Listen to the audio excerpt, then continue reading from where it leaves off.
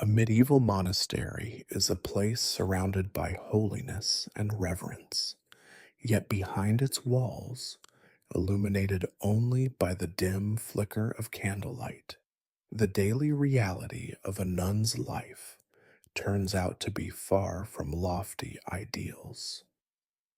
In this story, you'll experience a full day through the eyes of an ordinary medieval nun confronting an endless succession of harsh duties, brutal conditions, and constant physical and spiritual trials.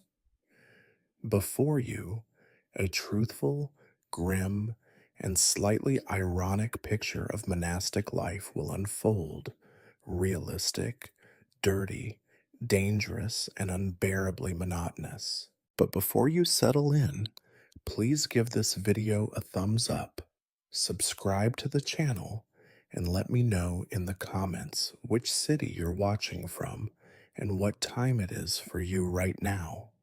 I'm really curious to see who's joined us today. And now, make yourself comfortable. We're about to begin.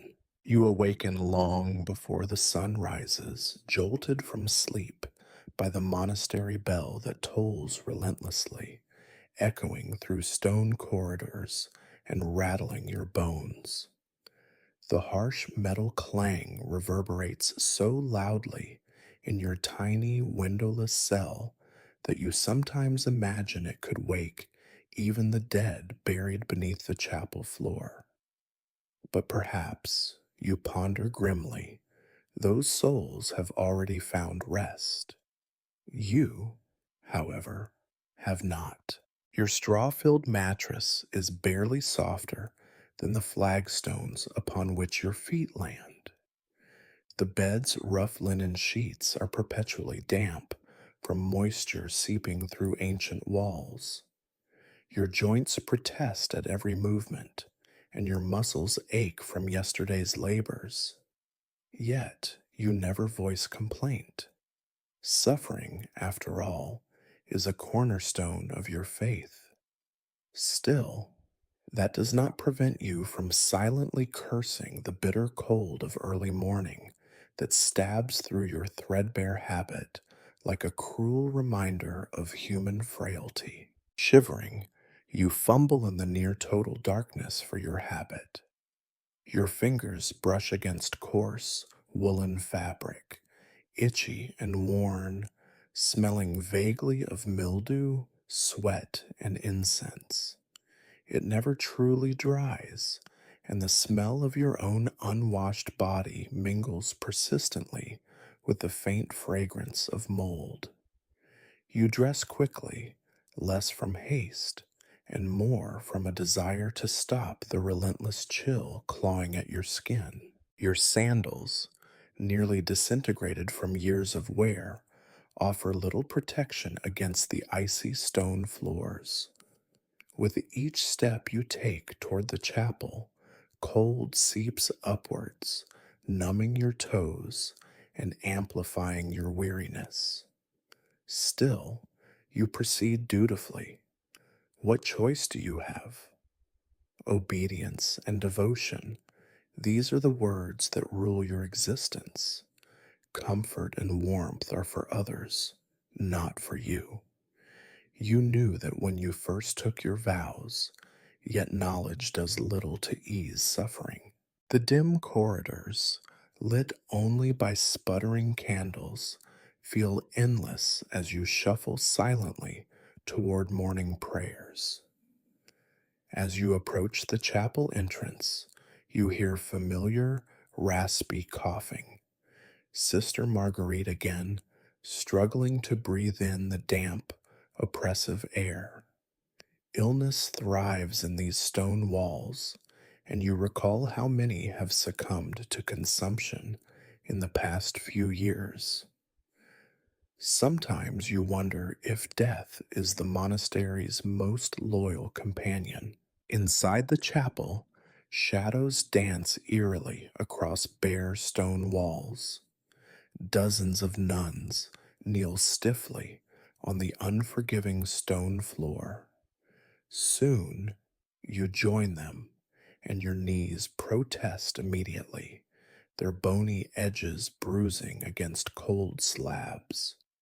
Kneeling, standing, bowing, ritual after ritual, performed mechanically, each repetition seared into your weary bones through daily practice. The words you chant are as familiar as breathing, yet sometimes their meaning escapes you, replaced by thoughts of hunger, exhaustion, and an endless cycle of duty. Incense thickens the air, a smoky haze that irritates your eyes and throat. You stifle the urge to cough, wary of the abbess's piercing gaze. She misses nothing, ever vigilant for signs of spiritual weakness. Her stern countenance reminds you continually that earthly discomfort is fleeting compared to eternal damnation, a phrase drilled into your consciousness since the day you arrived. As prayers drag on, your attention drifts. You try to envision sunlight beyond these walls, but your imagination falters. When was the last time you truly felt the warmth of the sun on your skin? Months, perhaps. Years? Time becomes meaningless here, marked only by the rhythm of prayer and labor. The cold seeps deeper into your body as dawn finally breaks, though no light penetrates this grim chamber. Prayers end abruptly, replaced by a silence so profound it echoes. Slowly, your companions rise, stiff, sore, and silent, and shuffle toward the refectory, anticipating the same watery porridge that greets you every morning.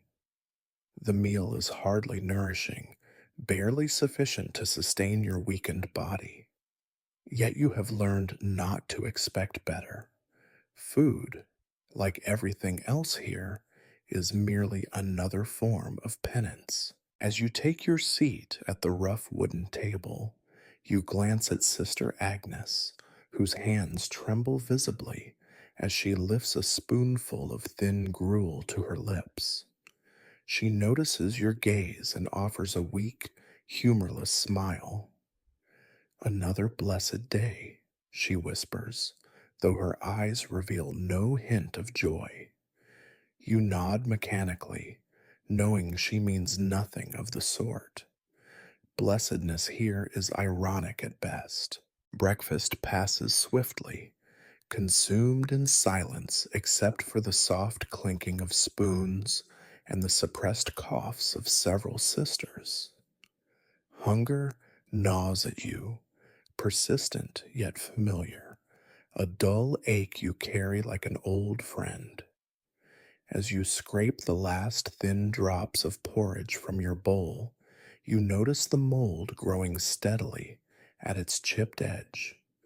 You ignore it, resigned to your surroundings, knowing complaint serves no purpose. Even mold, you think bleakly, must eat. Before you rise, you notice Sister Marguerite, her complexion paler than usual, eyes sunken and distant. She attempts to stand, stumbles slightly, then regains her balance with effort.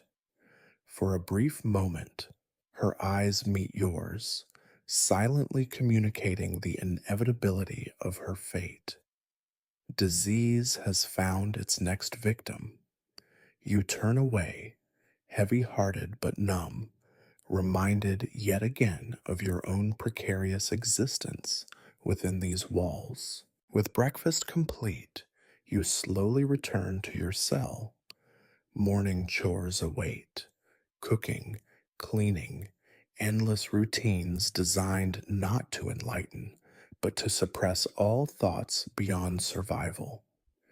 The silence that envelops you is oppressive, a physical presence as tangible as the stone beneath your feet.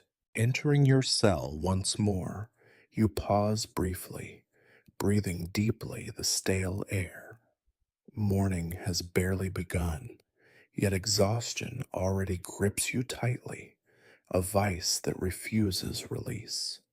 Through the wall, Sister Marguerite's coughing begins anew, rhythmic and inevitable, punctuating your day as reliably as the chapel bell. For a moment, you allow yourself a bitter smile. This is your life, a grim litany of suffering, routine, and devotion in equal measure. The day stretches endlessly ahead, each hour indistinguishable from the next. Yet you accept it, resigned. This, after all, is exactly what you signed up for: spiritual enlightenment through perpetual discomfort, salvation through endless suffering. You sit quietly on your bed, allowing a brief moment of rest before the day's next task demands your attention. Closing your eyes, you whisper a silent prayer, not for relief nor comfort, but simply for strength enough to endure another day in this relentless, shadowy place you call home. After your brief respite, the monastery bell tolls once more, signaling that rest is over. You rise stiffly, legs and back aching from hours spent kneeling on stone. Stepping into the cold corridor again, you shuffle reluctantly toward your next duty, preparing the midday meal. The monastery kitchen awaits, grim and unwelcoming. When you first entered this monastery years ago, you naively imagined cooking as a gentle, peaceful task, perhaps pleasant even, offering brief moments of warmth and satisfaction. You quickly learned otherwise. The kitchen is neither warm nor comforting. It is a dark, windowless chamber, thick with smoke, grease, and despair. As you push open the creaking wooden door, an oppressive heat greets you, mixed with the acrid stench of stale smoke and decaying vegetables. Dimly lit by a few sputtering candles, the room is both gloomy and chaotic. Pots and pans, blackened with soot, hang ominously overhead, threatening to tumble down at the slightest provocation. Today, as every day, you must knead bread dough, a tiresome chore that leaves your hands raw and swollen. You approach the heavy wooden table, its surface eroded from decades of relentless use. Sister Edith, the perpetually irritated kitchen mistress, thrusts a large bowl of dense, sticky dough into your hands without so much as a greeting. She scowls habitually, her face creased by years of bitterness. Make certain it rises properly today, she snaps, her voice harsh like gravel. Yesterday's loaves were barely edible. You nod meekly, knowing any response would invite further reproach. Plunging your aching fingers into the cold mass of dough, you begin kneading rhythmically. It sticks mercilessly to your skin, embedding itself beneath your fingernails, causing old blisters and calluses to reopen painfully. Each squeeze and press sends a sharp pang through your wrists and forearms. Yet you continue methodically, well aware that stopping is not an option. Nearby, Sister Clara roughly chops vegetables, roots mostly, half-rotten turnips and bitter cabbages, that will soon become an unappetizing stew. Her movements are hurried, reckless, and you wince involuntarily when the rusted blade slips, slicing into her finger. Blood mixes carelessly into the heap of vegetables, unnoticed or perhaps merely ignored. After all, you have long since accepted that purity and cleanliness are luxuries unknown here. In the shadows beneath the heavy wooden shelves, you see movement, mice scurrying brazenly, undeterred by human presence. Your stomach twists unpleasantly. Rats and mice have become your constant companions in the kitchen, boldly nibbling at flour sacks and gnawing through supplies as though invited guests. You remember the abbess's stern warning that cleanliness is next to godliness, but it seems this monastery's rodents never received that particular sermon. Your eyes drift upward to notice dozens of fat, sluggish flies crawling languidly over pots and bowls, tasting whatever morsels they desire. Swatting at them is futile. Their numbers overwhelm any attempt to eliminate them. Even now, you see several drowning lazily in the thin gruel simmering over the open fire.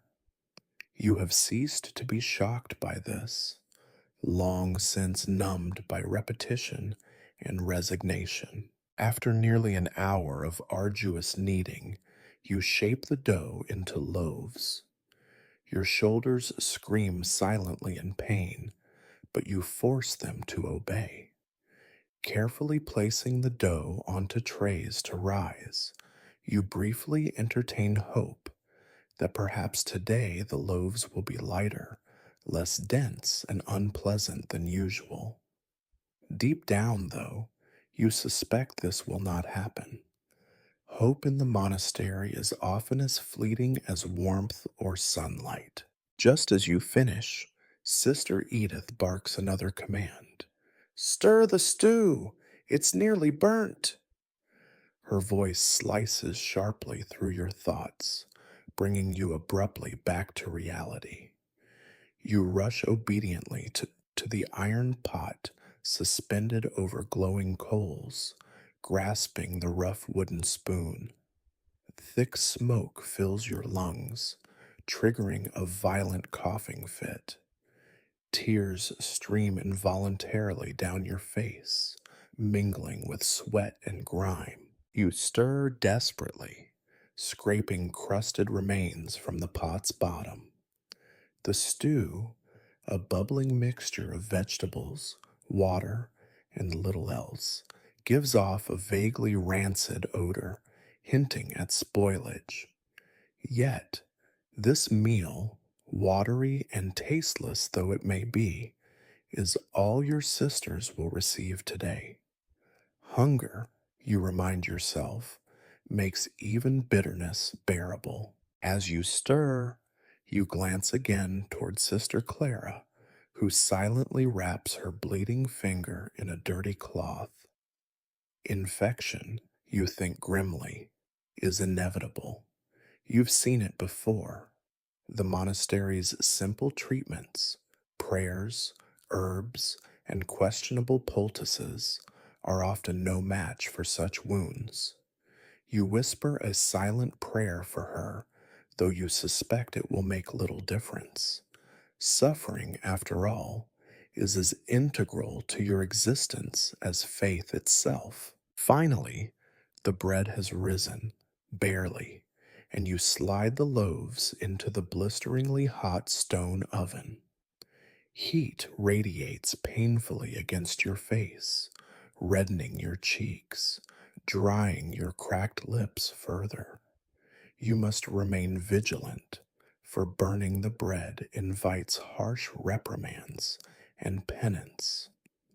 Hours in solitary prayer or missed meals await those who err, punishments you've endured more times than you care to recall. The kitchen grows increasingly stifling, air thickening into an almost tangible substance of smoke, sweat, and hopelessness. Your habit clings damply to your body, itchy and uncomfortable.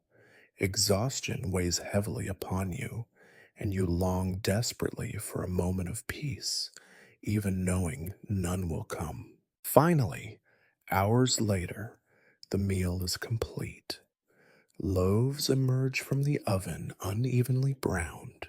The stew tastes bland at best, and you prepare yourself mentally for the inevitable complaints and criticisms from the sisters. No one expects praise here. Survival is reward enough. As the sisters gather silently in the refectory, you serve them mechanically, eyes lowered. The abbess tastes the stew and frowns slightly, casting a disapproving glance in your direction.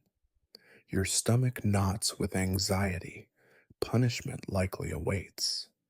Yet again, your labor has fallen short, inadequate in this place where inadequacy is the norm. You sit quietly, eating your small portion of the tasteless meal, reflecting bitterly on the endless cycle of failure and obedience that defines your days. Hunger lingers, ever present, never truly sated, but perhaps hunger, like pain, serves a purpose, reminding you that your true nourishment is spiritual, not physical, or at least that's what you've been told so often you've nearly come to believe it. Soon enough, the meal ends. Your brief respite vanishes as quickly as it arrived, replaced once more by cold reality. Gathering dirty dishes and remnants of food, you return wearily to the kitchen, knowing your labors have only paused momentarily. Tomorrow, you'll rise again to repeat this dismal routine, kneading, chopping, sweating, suffering, a perpetual cycle devoid of comfort or mercy. With resignation settling heavily upon your shoulders, you lift your aching hands toward the wash basin. Yet another task awaits, another grim duty in this bleak monastery, another reminder of life's endless discomfort and humanity's frail condition. No sooner have you wiped the last remnants of grease from the monastery kitchen than Sister Edith's stern voice issues another sharp command. There is laundry awaiting you by the pond. Hurry, the daylight will fade quickly. With a weary sigh, you leave the warmth, such as it is, of the kitchen, stepping into the drafty stone corridors once again. The temperature drops immediately, and a chill seeps back into your bones. As you walk slowly through the labyrinthine passages, fatigue weighs upon you like an iron chain, dragging your steps to a near shuffle. You emerge into the monastery yard, squinting against the pale daylight. A thin, gray drizzle falls steadily, adding yet another layer of misery to your already dismal day. The monastery's courtyard is little more than a muddy wasteland, crisscrossed by narrow paths that grow slick and treacherous in the endless rain. You navigate carefully, mindful of slipping. A minor injury here, can quickly become deadly. The laundry awaits you by the pond's edge, piled haphazardly in rough wicker baskets. Approaching slowly, you observe with resignation that the heap is larger than usual. Robes, habits, linens, each stained and grimy from use. A faint but persistent odor of sweat, mold, and sickness emanates from the cloth. The monastery is forever damp, and fabric seldom truly dries, leaving a perpetual scent of mildew. Kneeling carefully on the muddy bank, you dip your hands into the frigid pond water, gasping involuntarily at the biting cold. Instantly, Your skin stings, turning red and raw as you begin scrubbing garments against rough stones. The linen chafes your fingers painfully, reopening wounds that barely had a chance to heal from the last washing session. Each stroke against the stones feels harsher than the last, wearing away your strength bit by bit. The constant immersion in icy water numbs your fingers swiftly, leaving your hands stiff and aching. Pain radiates up your arms, making your muscles tremble with exhaustion. Yet you continue diligently, knowing the task must be completed before nightfall. Failure means punishment, a night spent kneeling in prayer, or even days of fasting. The threat hangs constantly over you, invisible but ever present, spurring your aching body onward despite your exhaustion. As you scrub, you catch glimpses of movement beneath the pond's murky surface. Tadpoles and insects swim lazily in the filthy water, indifferent to your plight. You've grown accustomed to ignoring such details, accepting filth and contamination as inevitable companions. Purity and cleanliness are noble ideals preached often, but seldom practiced within these walls. After a time, Sister Agnes joins you at the pond. Her movements are sluggish, her eyes ringed with dark circles from endless labor. She offers you a weary nod, kneeling heavily beside you. A blessed task indeed, she remarks dryly, attempting a humor that neither of you truly feels. You smile faintly in return, appreciating her attempt at camaraderie, even as your muscles scream silently in protest. Together, you labor side by side, scrubbing and rinsing garments until your arms feel ready to drop off. The rain grows heavier, soaking through your habit, chilling your skin until you shiver uncontrollably. Cold water trickles down your neck and spine, intensifying the misery of your task. You glance occasionally at Sister Agnes, noting how pale and strained her face has become, and wonder absently how long either of you can continue before illness claims you. Finally, as the shadows lengthen, the last garment is scrubbed.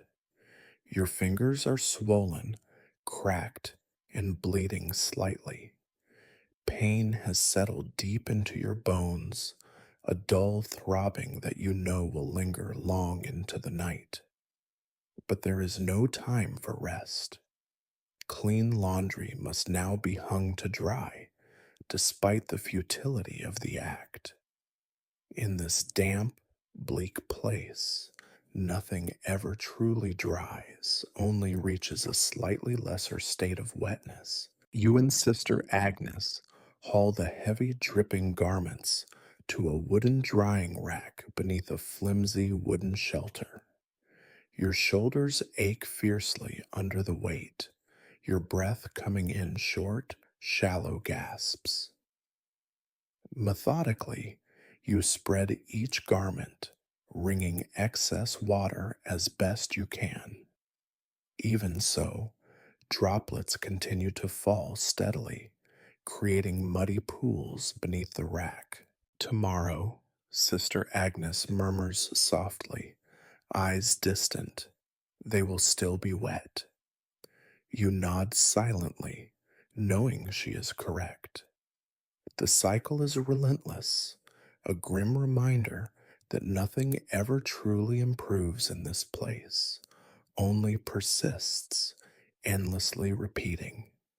You turn away, forcing yourself to accept the reality that your efforts today have accomplished little more than setting the stage for tomorrow's identical labors. Returning to the monastery's interior, you carry one last bundle of damp linens destined for the sick wards. As you enter the dim corridors, warmth fleetingly envelops you, but the relief is brief. The scent of decay is strong here, mixing unpleasantly with the damp, moldy smell of wet fabric. You quicken your steps, eager to deposit your burden and escape the suffocating gloom. Inside the infirmary, several sisters lie quietly, their breathing shallow and labored. Coughing echoes sporadically throughout the chamber, a constant background noise, relentless and foreboding. Sister Marguerite is there, eyes closed, skin waxen and pale. You place fresh linens gently near her bed, knowing deep down they offer little comfort. Her eyes flutter briefly open, recognition flickering weakly in her gaze. You offer her a faint, reassuring smile, though your heart feels heavy with the certainty of her fate. Back in your small cell, you finally allow yourself a moment to collapse onto your coarse mattress. The brief rest is hardly rejuvenating. Your body aches fiercely, joints protesting each subtle movement. You stare blankly at the ceiling, observing the dark mold patches that spread slowly, relentlessly, day by day.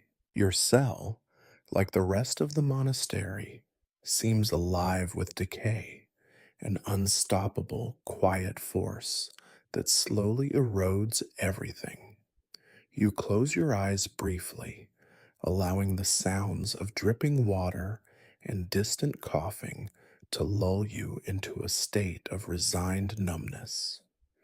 You know tomorrow will bring another day exactly like this one, cold, wet, painful, and utterly exhausting.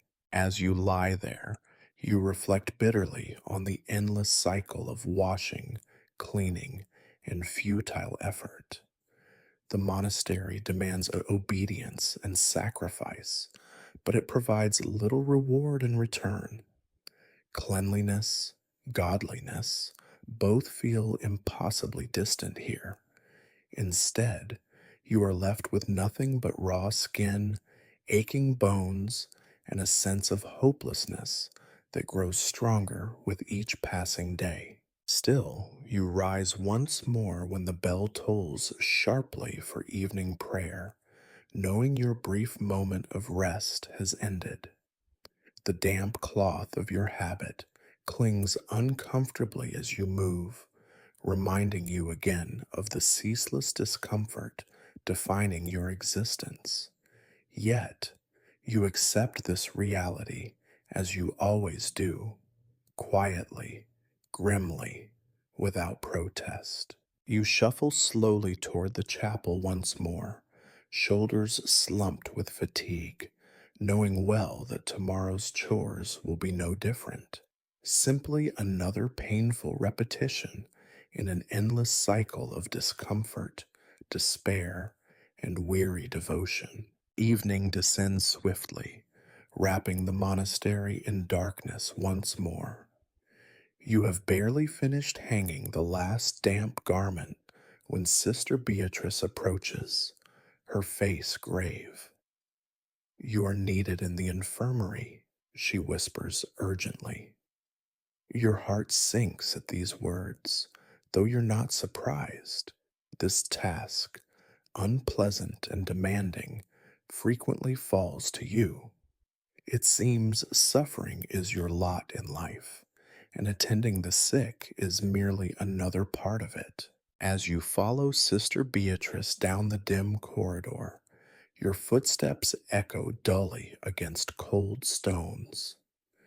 The closer you get to the infirmary, the heavier your heart grows. Even from a distance, you can smell the infirmary, a potent blend of decay, illness, and stale sweat that lingers persistently in the air. You breathe shallowly, already dreading the hours ahead. Upon entering, your senses are immediately overwhelmed. The room is overcrowded, filled with narrow beds placed too closely together, each occupied by a suffering sister. You recognize them all, women who once stood beside you at prayers, in the kitchens, at the laundry pond, now pale shadows of their former selves, hollow eyed and frail. Your first task is to tend to Sister Marguerite, whose condition worsened considerably overnight. She lies motionless, breathing shallow and rapid, her skin ghostly pale. Kneeling at her bedside, you take her hand gently. It's icy to the touch, fingers brittle like porcelain. She opens her eyes weakly, her gaze clouded and distant, barely registering your presence. Quietly, you prepare a bitter herbal remedy, though you harbor no illusions that it will offer meaningful comfort. In truth, the concoction is more for your peace of mind than hers, something to make you feel useful as you watch helplessly from the sidelines of her suffering. She sips weakly, coughing violently as the liquid burns her throat. You gently prop her up, wiping the blood-tinged spittle from her lips. Each cough rattles her fragile body, and you feel a sharp pang of sorrow and dread, knowing her days, perhaps even hours, are numbered. Yet, what can you do but sit here, watching helplessly as life fades before your eyes? In the bed opposite Marguerite, Sister Clara tosses restlessly, delirious with fever. Her hand, you recall bitterly, is the same one you saw cut earlier in the kitchen, a simple wound now turned black and swollen with infection. You rise stiffly, legs numb from kneeling, and move swiftly to Clara's side, placing a damp cloth upon her burning forehead.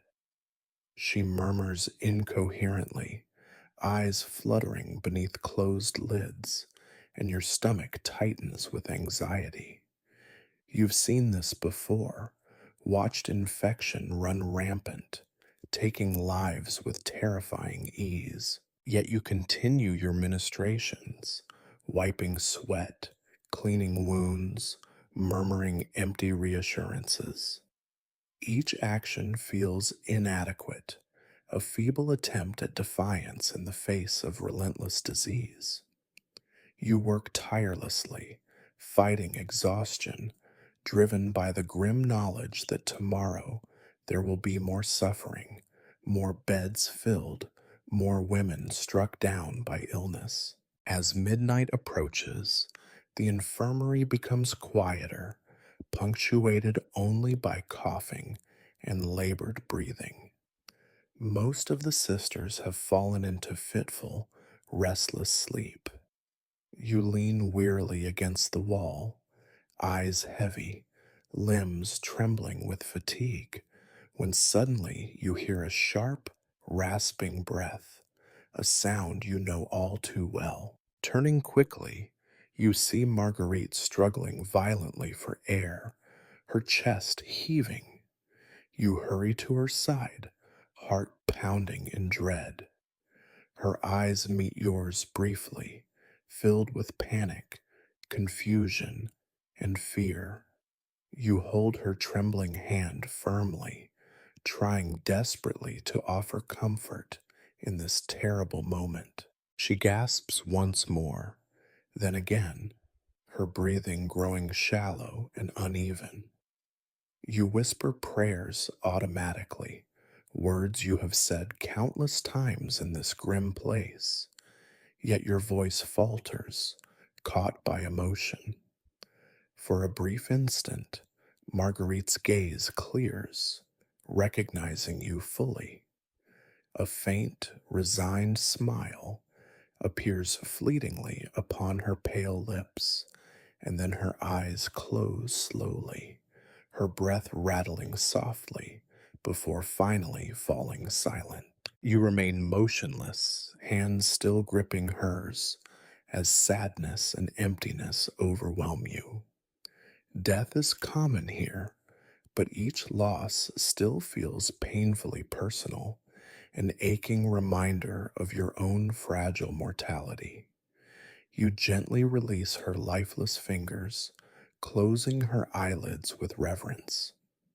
Rest now, you murmur quietly, knowing she is finally free of pain, though the solace of such thoughts feels hollow and inadequate. You inform Sister Beatrice of Marguerite's passing, and soon her body is removed quietly, quickly. Another life ended, another bed soon to be filled by someone else. Your duties, however, are far from over. Clara's fever still rages, and others call weekly for your attention, their suffering continuing unabated. Returning to Clara, you carefully unwrap the cloth from her wounded hand, wincing at the sight beneath. The flesh inflamed and weeping, corruption spreading visibly. Your stomach turns, but you continue methodically, cleaning it gently, despite the futility of your actions.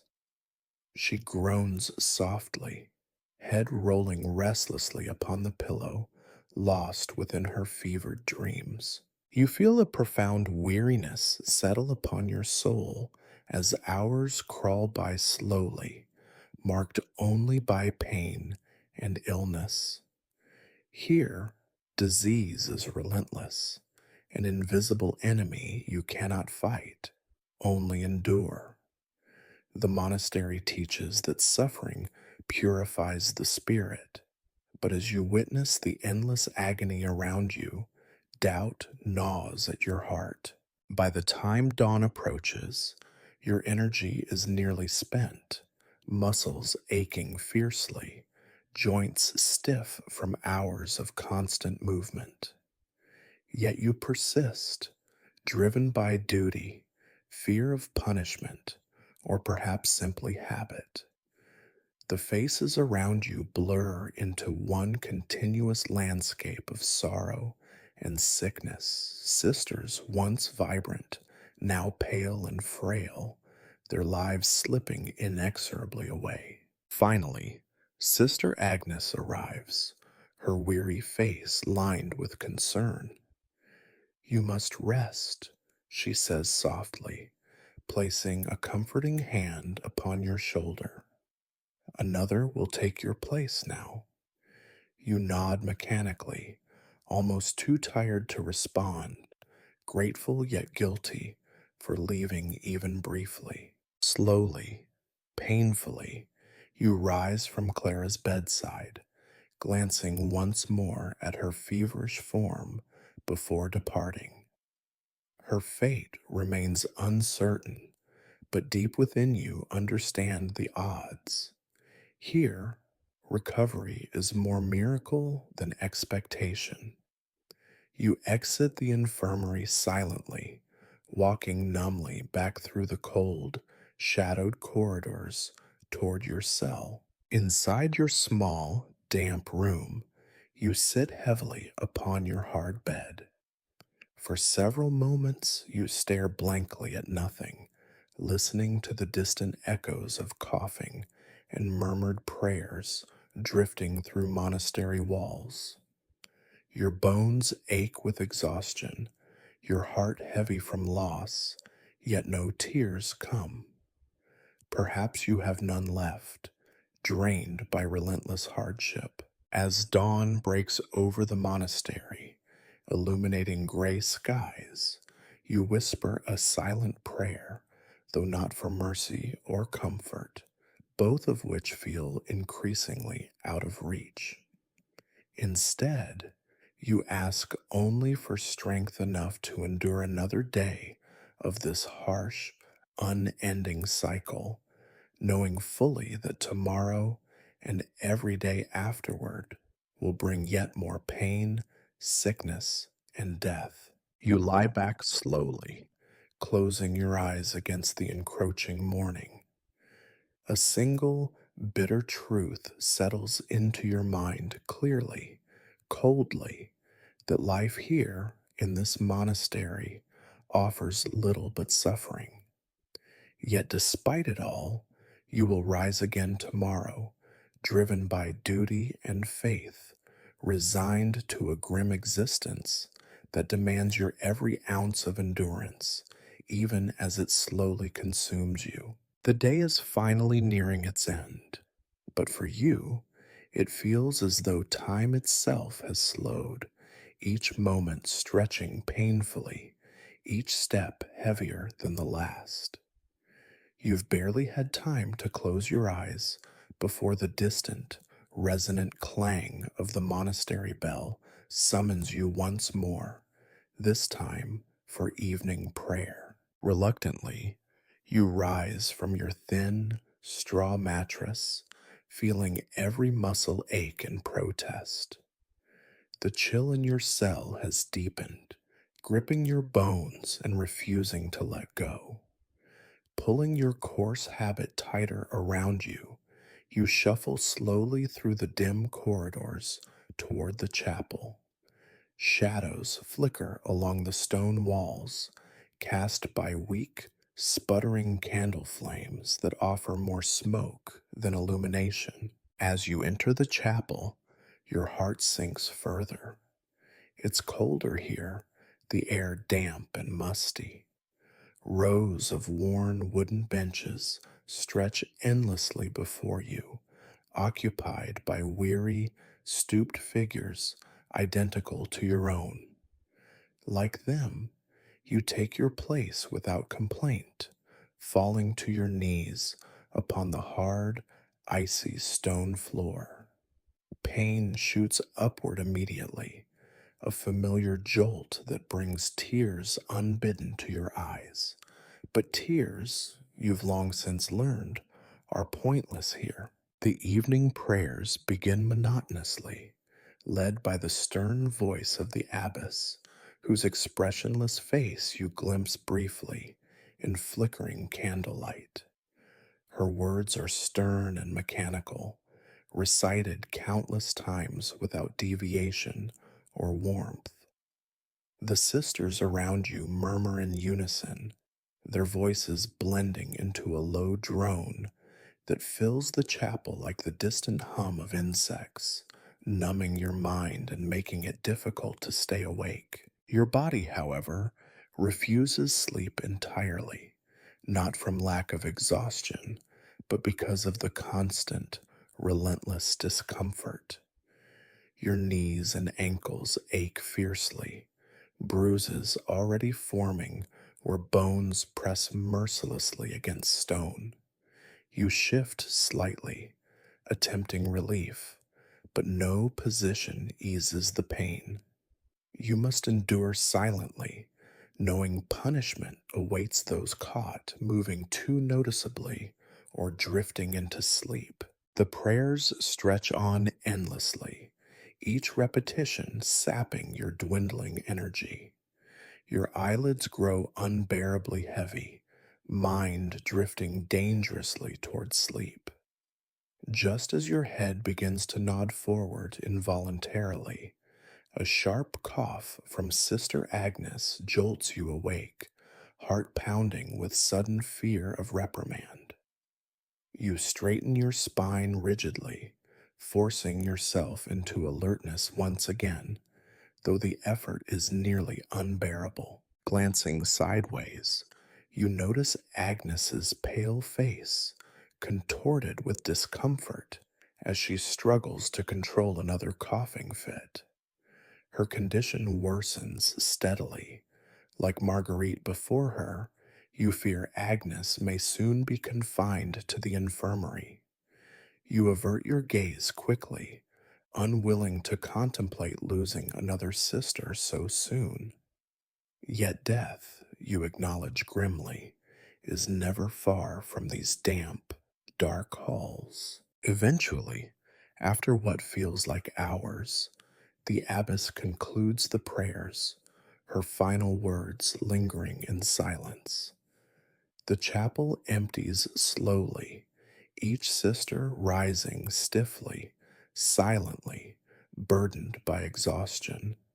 You rise shakily, joints protesting violently, muscles quivering. Every movement feels like an ordeal, as though your body has aged decades in mere hours. Shuffling forward slowly, you join the procession exiting the chapel, longing desperately for your bed, though you know sleep will offer little comfort. Returning to your tiny cell, you pause briefly in the corridor, staring into the darkness beyond. A deep, oppressive silence settles upon the monastery now, broken only occasionally by distant coughing or the creaking of ancient wooden beams. The weight of this silence presses heavily upon your soul, underscoring your loneliness and isolation. You turn away finally, stepping once more into the small, cheerless room you call home. Removing your sandals, you examine briefly your swollen feet, bruised from hours of standing and kneeling. Your hands are similarly damaged, raw, cracked, and blistered from endless washing, cooking, and scrubbing. Yet you hardly notice anymore. Pain and discomfort have become your constant companions, inseparable from daily existence. Collapsing onto your straw mattress, you lie there, utterly drained, staring blankly upward. Above you, a patch of dark mold on the ceiling has spread further, creeping ominously outward with each passing day. The monastery itself seems to be decaying alongside you, a silent, grim reflection of your own deteriorating spirit. Your stomach growls suddenly, a stark reminder of hunger. You ate only thin, watery gruel today, barely enough to sustain a child, let alone someone who labors constantly. But hunger, like pain, you accept silently. Just another part of this ceaseless penitence you call life. From the cell beside yours, coughing erupts once more, deep, harsh, and relentless. You recognize the sound immediately. Sister Agnes again. Anxiety tightens your chest, but you push it away, forcing yourself to focus instead on the fragile hope of sleep. Yet, as your eyes finally close, rest eludes you. Each cough from Agnes sends a fresh pang of worry, guilt, and fear through your exhausted mind, destroying any hope of tranquility. Hours pass slowly, sleep fragmented and restless, interrupted repeatedly by cold, hunger, pain, and persistent noise. You drift occasionally into uneasy dreams, plagued by visions of illness, endless laundry, and dough that never rises properly.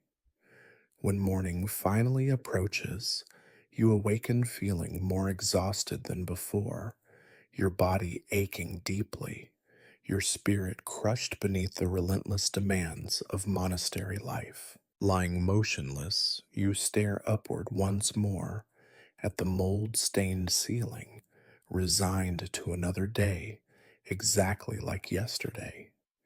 You reflect bitterly on the emptiness of your existence here, a life composed solely of repetition, discomfort, and slow erosion of body and soul.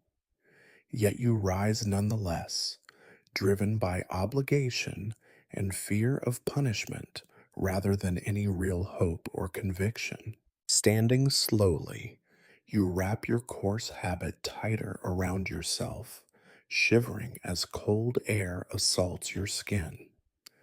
The bell tolls once more, summoning you again into the dreary cycle that never ends. Your heart sinks further, knowing precisely what awaits you: more prayer, more pain, more endless labor, all in pursuit of spiritual reward that feels increasingly distant and intangible. Stepping back into the shadowed corridor, you pause briefly, glancing once more toward Sister Agnes's closed door, behind which the relentless coughing continues. You whisper a silent prayer for her, though secretly you question whether such prayers ever find an answer here within these oppressive walls. Moving slowly toward morning prayer once more, you acknowledge bitterly that your suffering will never truly ease. It will remain perpetual and cruel, as predictable as the rising and setting of the sun, a constant reminder that your earthly existence offers little more than this grim cycle of deprivation and hardship. Yet, despite all this, you continue forward, resigned to the monotony and pain, because this, you remind yourself bitterly, is exactly what you chose: an existence where earthly suffering promises heavenly reward. Though tonight, as exhaustion grips you tightly, you cannot help but wonder if such a reward is truly worth the price you pay each day. With weary resignation settling deeply into your bones, you shuffle onward into the darkness of the monastery, prepared again to endure another day of monotonous labor, relentless discomfort, and quiet despair.